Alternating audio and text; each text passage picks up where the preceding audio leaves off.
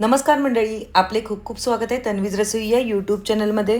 तर आज आपण आपल्या रसोईमध्ये आगरी पद्धतीने सुरमईचे कालवण म्हणजेच रस्सा तसेच सुरमई फ्राय ह्या रेसिपी बघणार आहोत.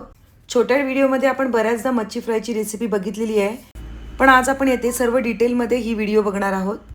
त्यामुळे व्हिडिओ कुठेही स्किप न करता शेवटपर्यंत नक्कीच बघा. चला तर मग बनवायला सुरुवात करूया आगरी पद्धतीचे सुरमईचे कालवण आणि फ्राय.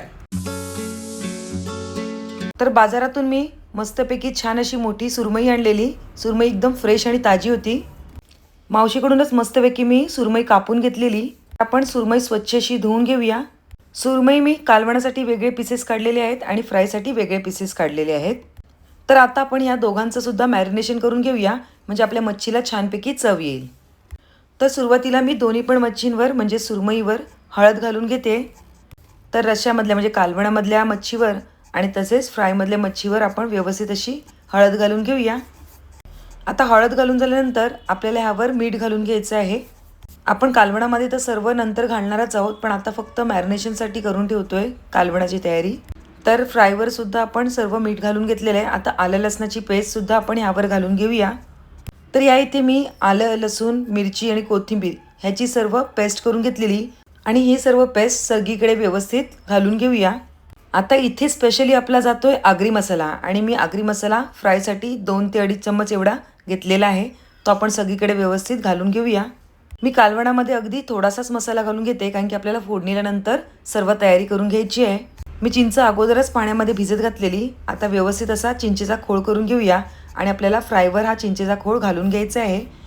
तर मी इथे चिंचेचा खोळ काढून घेतलेला. तर जवळपास चिंचेचा खोळ मी अर्धी वाटी एवढा घेतलेला. त्यातला जास्तीत जास्त खोळ मी आपल्या फ्रायसाठी वापरलेला आहे. एकदम थोडा खोळ म्हणजे जवळपास 3 ते 4 चम्मच हा चिंचेचा खोळ मी कालवणातल्या फिशवर घालून घेतलेला आहे. आता आपण कालवणातली मच्छी आणि मच्छी फ्राय हे दोन्ही पण मस्तपैकी मिक्स करून घेऊया आणि जवळपास अर्धा ते 1 तास आपण ही मॅरिनेशनसाठी ठेवून देणार आहोत. म्हणजे त्यामध्ये आपण जी चिंच आलं लसूण कोथिंबीरची पेस्ट केलेली आहे, मीठ मसाला हे सगळं मस्तपैकी लागून राहील. रस्स्याची म्हणजेच कालवणाची मच्छी सगळी मस्तपैकी मिक्स करून झाल्यानंतर आता आपण फ्राय मच्छीचं सगळं व्यवस्थित मॅरिनेशन म्हणजेच मिक्स करून घेणार आहोत.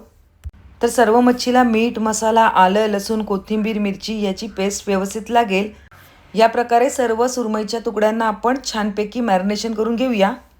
म्हणजे त्यामध्ये हे सगळं मुरल्यानंतर आपल्या मच्छीची टेस्ट ही एकदम छान अशी लागणार आहे.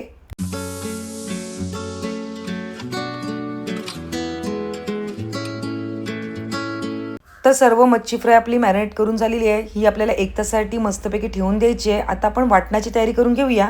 वाटण्यासाठी मी अर्धी वाटी सुकं खोबरं घेतलेलं आहे. कोथिंबीर मिरची आणि आलं हे सगळं घेतलेलं आहे. आपल्याला खोबरं हे भाजून घ्यायचं आहे. तर खोबरं आपण व्यवस्थित असं गुलाबीसर रंग येईपर्यंत भाजून घेऊया.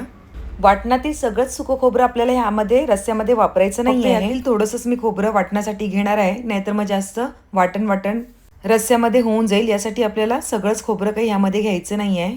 आता हे भाजलेलं सुकं खोबरं कोथिंबीर मिरची आणि आलं हे सर्व मिक्सरमध्ये घालून आपण याचं बारीक असं वाटण करून घ्यायचं आहे. आपण जे आलं लसूण कोथिंबीर मिरची याची वाटण करून घेतलेलं त्यामध्येच मी हे सगळं बारीक करून घेत आहे, म्हणजे त्यामुळे ते आलं लसणाची पेस्टचा सुद्धा फ्लेवर या वाटणाला येऊन जाईल. सगळ्या वस्तू घातल्यानंतर आता आपण मस्तपैकी बारीक असं वाटण करून घेऊया. तर इथे आपलं बारीक असं वाटण तयार करून झालेलं आहे. तर आता आपण आगरी स्टाईल सुरमईच्या कालवणाची फोडणीची तयारी करूया. तर सुरुवातीला मी गॅसवर पातेलं ठेवून घेतलेलं आहे आणि त्यामध्ये 4 ते 5 पळ्या एवढं तेल घालून घेतलेलं आहे. आपण यामध्ये ठेचलेले लसूण घालून घेऊया. लसूण मी हे खलबत्त्यामध्ये ठेचून घेतलेलं आहे. ते जवळपास 5 ते 6 पाकळ्या होतं. आता यामध्ये आपण अर्धा चमचा एवढी हळद घालून घेणार आहोत. ऑलरेडी आपण कालवणातल्या मच्छीला सुद्धा मगाशी हळद घातलेली आहे, त्यामुळे मी येथे अर्धा चमच एवढी हळद घालून घेतलेली आहे. आता रस्स्यामध्ये लसणाचा आणि हळदीचा वास व्यवस्थित असा मोडला गेला पाहिजे, त्यासाठी आपण छानपैकी परतवून घेऊया. आणि आता हे छानपैकी परतल्यानंतर आपल्याला आपला स्पेशल मसाला म्हणजेच आगरी मसाला घालून घ्यायचा आहे. तो मी येथे 2 चमचे एवढा घालून घेतलेला आहे. तेलामध्ये हा मसाला परतवला ना की रस्स्याला मस्तपैकी तरी येते, त्यासाठी आपण हे फोडणीमध्येच मसाला घालून घेतलेला आहे. आता आपण जे वाटण करून घेतलेलं त्याच्यातलं अर्ध्यापेक्षा थोडं कमीच वाटण मी यामध्ये घालून घेतलेलं आहे आणि बाकीचं वाटण मी वाटीमध्ये काढून घेतलेलं आहे.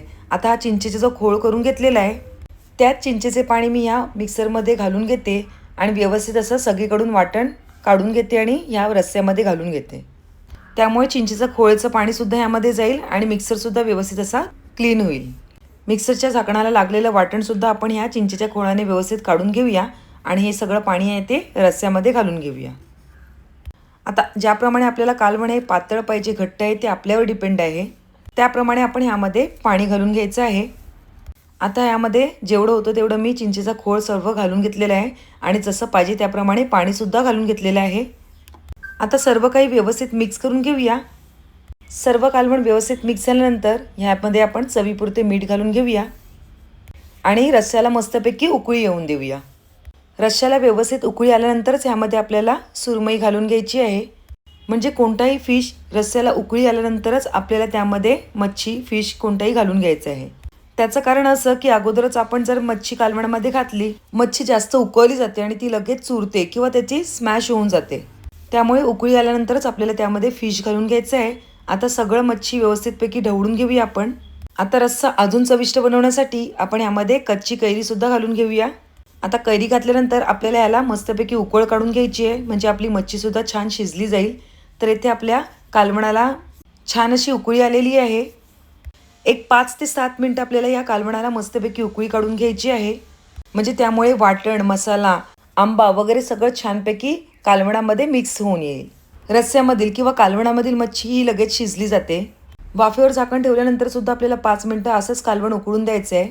म्हणजे त्यामुळे कालवणामधला जो मसाल्याचा वास आहे, वाटणाचा वास आहे, तो सगळा व्यवस्थित असा उडून जाईल. तर इथे आपली मच्छी आणि आंबा मस्तपैकी शिजलेला आहे. आता यावर आपण बारीक चिरलेली कोथिंबीर घालून घेऊया आणि सर्व रस्सा पुन्हा एकदा व्यवस्थित असा ढवळून घेऊया. वाव, तर येथे परफेक्ट असं आपलं सुरमईचं आगरी स्टाईलने कालवण तयार झालेलं आहे. चला तर मग फ्राय करून घेऊया.